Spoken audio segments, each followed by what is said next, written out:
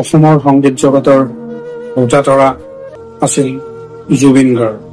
জুবিন গাৰ্গ প্ৰচণ্ড প্ৰতিভাশালী আৰু অসীম সাহসী এগৰাকী শিল্পী আছিল। ভূপেন হাজৰিকাৰ পিছত জুবিন গাৰ্গে অসমৰ জনগণৰ প্ৰাণত স্থান পাইছিল আৰু সেইকাৰণেই জুবিন গাৰ্গৰ মৃত্যুত লাখ লাখ মানুহ সমবেত হৈছিল তেওঁক শ্ৰদ্ধাঞ্জলি জনাবৰ কাৰণে। অত্যন্ত দুৰ্ভাগ্যজনক কথা যে জুবিন গাৰ্গৰ মৃত্যু হৈছিল ছিংগাপুৰত। ষড়যন্ত্ৰমূলকভাৱেই ছিংগাপুৰত তেওঁক হত্যা কৰা হৈছিল। সেই কথা ইতিমধ্যেই প্ৰকাশ পোৱা বিভিন্ন ভিডিঅ' বিভিন্ন জনৰ মাজত হোৱা কথোপকথনৰ ফেচবুকৰ জৰিয়তে প্ৰচাৰ হোৱা যি মন্তব্য তাৰ দ্বাৰাই ইতিমধ্যেই প্ৰতীয়মান হৈছে যে অত্যন্ত ষড়যন্ত্ৰমূলকভাৱে জুবিন গাৰ্গক হত্যা কৰা হৈছিল। অসমৰ জনগণে ন্যায় বিচাৰিছিল, কিন্তু সেই ন্যায় যেন সুদূৰ পৰা হল।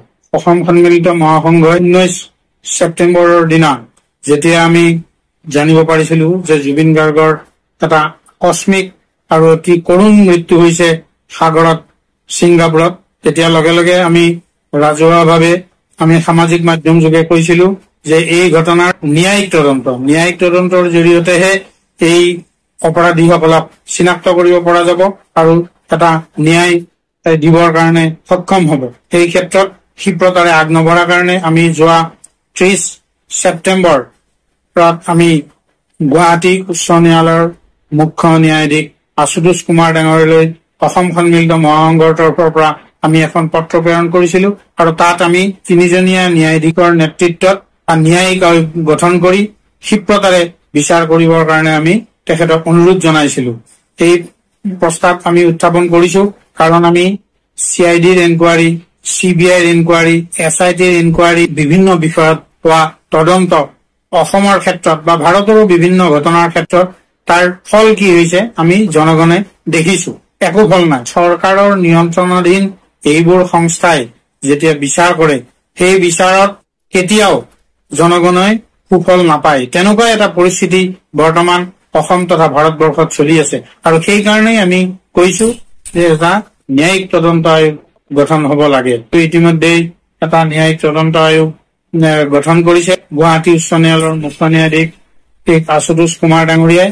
তদন্ত আয়োগৰ তাৰ প্ৰতি আমাৰ এটা আহ্বান যে অতি শীঘ্ৰেই ভাৰত চৰকাৰৰ সৈতে যোগাযোগ কৰি ছিংগাপুৰৰ আছাম এছচিয়েশ্যনৰ যিবোৰ মানুহ তাত সেই সময়ত এই ঘটনাৰ সময়ত উপস্থিত আছিল তেওঁলোকক নটিফাই কৰি তেওঁলোকক শীঘ্ৰেই অসমলৈ অনাৰ ব্যৱস্থা কৰিব লাগে। যি নৰ্থ ইষ্ট ফেষ্টিভেলৰ লগত জড়িত যিবোৰ ব্যক্তি আছিল শ্যাম কানু মহন্ত, সিদ্ধাৰ্থ শৰ্মা প্ৰমুখ্যে এই সকলোকে তদন্তৰ আওতালৈ আনি পুংখানুপুংখভাৱে বিচাৰ কৰি শীঘ্ৰেই এটা ন্যায় দিয়া উচিত। আৰু আমি ভাবো যে যিহেতু ইতিমধ্যে ভিডিঅ'বোৰ প্ৰকাশ হৈছে বিভিন্ন মানুহৰ মাজত হোৱা কথোপকথনৰ যিবোৰ তথ্য এইবোৰো ৰাজহুৱা হৈ গৈছে।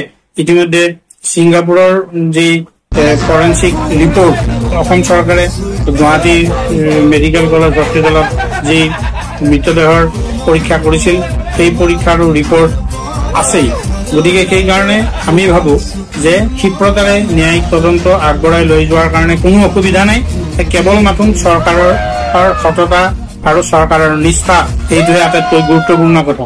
আমি ইতিমধ্যে দেখিছো ছচিয়েল মিডিয়াত বিভিন্ন ধৰণৰ কথা কৈ গোটেই পৰিস্থিতিটো নষ্ট কৰিবৰ কাৰণে চেষ্টা কৰিছে, কিন্তু এইটো নহব। বিদেশী ৰাষ্ট্ৰ হলেও চৰকাৰে বিচাৰিলে এই বিদেশী ৰাষ্ট্ৰৰ লগত যোগাযোগ কৰি ঘটনাৰ লগত জড়িত বুলি অভিযুক্ত লোকক চিধাই লৈ অহাৰ ব্যৱস্থা কৰিব পাৰি। এইটো একো ডাঙৰ কথা নহয়। বিদেশী ৰাষ্ট্ৰত ঘটনাটো ঘটিছিল, গতিকে সম্ভৱ হয় নে নাই বা কি হব, ঠিক এই ধৰণে পৰিস্থিতিটো এটা নষ্ট কৰিবৰ কাৰণে, এটা দীঘলীয়া কৰিবৰ কাৰণে যিটো চক্ৰান্ত কৰিছে এই চক্ৰান্ত বন্ধ হব লাগিব। তদন্ত আয়োগেই জনগণে বিচৰা মতে এটা সঠিক ন্যায় জুবিন গাৰ্গৰ হত্যাৰ সংক্ৰান্তত প্ৰতিষ্ঠা কৰিব আৰু অসমৰ জনগণক আশ্বস্ত কৰিব আৰু অপৰাধীসকলক চিনাক্ত কৰি যথোপযুক্ত শাস্তি দিয়াৰ ব্যৱস্থা কৰিব।